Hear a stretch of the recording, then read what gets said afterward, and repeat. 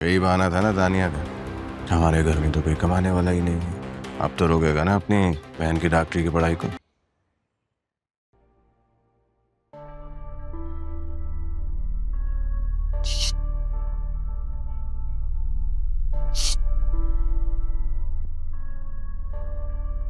जुनेद बेटा, जी ताई अम्मी। वो जरा कमरे में चल के देखो, पता नहीं लाइट ही नहीं जल रही है। जरा चल के देख लो। अच्छा आइए। क्या हुआ? मैं कोशिश कर रही हूँ लेकिन हो ही नहीं रही।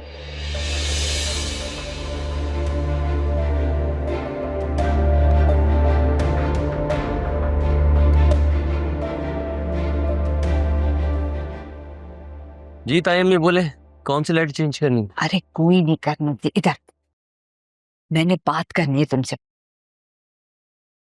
जाहिद बता रहा था कि तुम कोई काम करना चाह रहे जी ताई अम्मी करना तो चाह रहा हूँ। हो और उसने मुझे बोला है कि तुम्हारे लिए टैक्सी ले ली है उसने। जी ले तो ली है। और ये भी बता रहा था कि तकरीबन 4 से 5 हजार की रोजाना की तुम्हारी कमाई है। ताई अम्मी अगर मैं कंफर्म नहीं है लेकिन सारे खर्चे वर्चे निकाल के रोज के 3 से 4 हजार रुपए बच जाया करेंगे। अरे बच तो जाएंगे ना। खैर है, अब तुम ये सोचो कि महीने के आखिर में तुम्हारा सारा खर्चा वर्चा निकाल के तकरीबन 60 से 70 हजार हमारी जेब में आएंगे मेरा बच्चा। हाँ वो बच तो जाएंगे। बस बेटा, मैं चाहती हूँ कि तुम अपने पैरों पे खड़े हो जाओ ताकि मैं आयजा और तुम्हारी शादी का ना बस ऐलान कर दूं खुशी खुशी। खुश हो गए तुम? करवा ली अपनी बेइज्जती? अपनी महबूबा की जबान से हुई हुई बेइज्जती और उसके हाथ का खाया हुआ थप्पड़ दोनों बहुत ही नर्म और नाजुक और खुशबूदार होते हैं, बिल्कुल फूल की तरह। कौन सी महबूबा? किस चक्कर में हो भाई? एक तरफ तुमने उसकी बहन से मंगनी करवा रखी है और दूसरी तरफ उसी को महबूबा मानते हो। कौन सी मंगनी? तो बचपन का किया हुआ आराम का एक फैसला था और वो मंगनी टूट जाएगी। कैसे टूट जाएगी? मैं तुम्हें कह रहा हूँ ना, मंगनी टूट जाएगी। तुम आग की दरिया में खुद कूद रहे हो। जिस लड़की को तुम पसंद करते हो ना, वो तुम्हें अपने बहन का होने वाला शौहर मानती है और वो मिजाज की इतनी तेज है कि अगर तुम उसकी बहन को टुकराओगे तो वो तुम्हें अपनाएगी क्या? यार हो जाएगा सब। कैसे हो जाएगा? यार देख, जैसे मैं सबकी नजर में एक मेडिकल स्टूडेंट हूँ लेकिन पढ़ लिटरेचर रहा हूँ, उसी तरह मैं सबकी नजर में संदल का मंगेतर हूँ लेकिन शादी मेरी तानिया से होगी। तुम सोचो अगर तुम्हारे डैड को वाकई में पता चल गया तो? कैसे पता चलेगा? ये ऐसे पता चलेगा उनको। डैड? जी सामने तुम डैड। बेटा, मुझे पता चला था तुम घर आ जाए और मुझसे मिले बगैर चले गए। ये जो मैंने कहा था आप किसी कॉन्फ्रेंस में बिजी हैं इसलिए फिर मैं चला गया था। अच्छा ठीक है, मैं आज जल्दी घर आ रहा हूँ, तो पॉसिबल हो तो मुझसे मिल के जा। ओके ठीक है, आ जाऊंगा। खुदा हाफिज।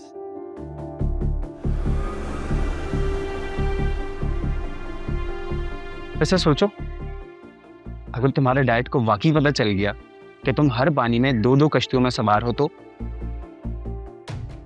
पता तो ये लग बहुत अच्छी है कि मेरे दोनों हाथ जख्मी हैं, वरना एक तो मैं तुझे घुमाई देता। चल आजा। तुम्हें पता है जाहिद को लोग सेठ क्यों कहते हैं? क्यों?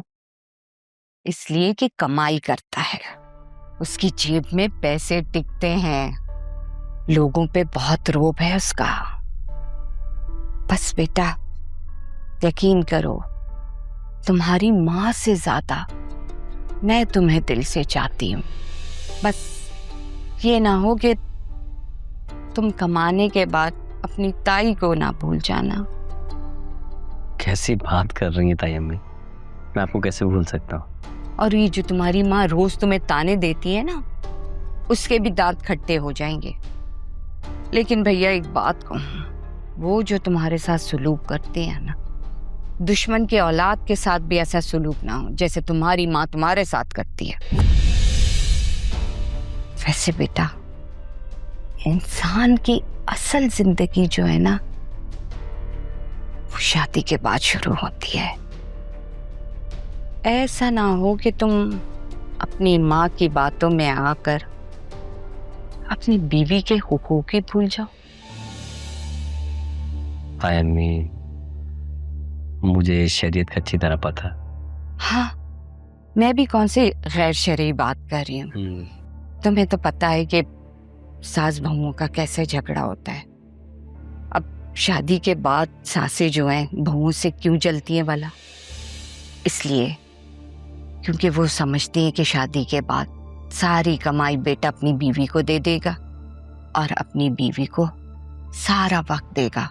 इसीलिए बहुएं सासों को बुरी लगने लग जाती हैं और मर्दों की अलग सर खपाई होती है, ज़हनी टेंशन हो जाती है, मरीज बन जाते हैं वो बेचारे। ज़ात के लिए अपनी अना को फना करना सबसे अहम होता है।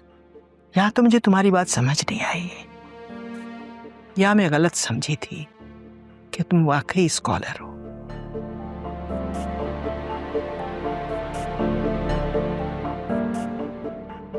चाय के लिए शुक्रिया।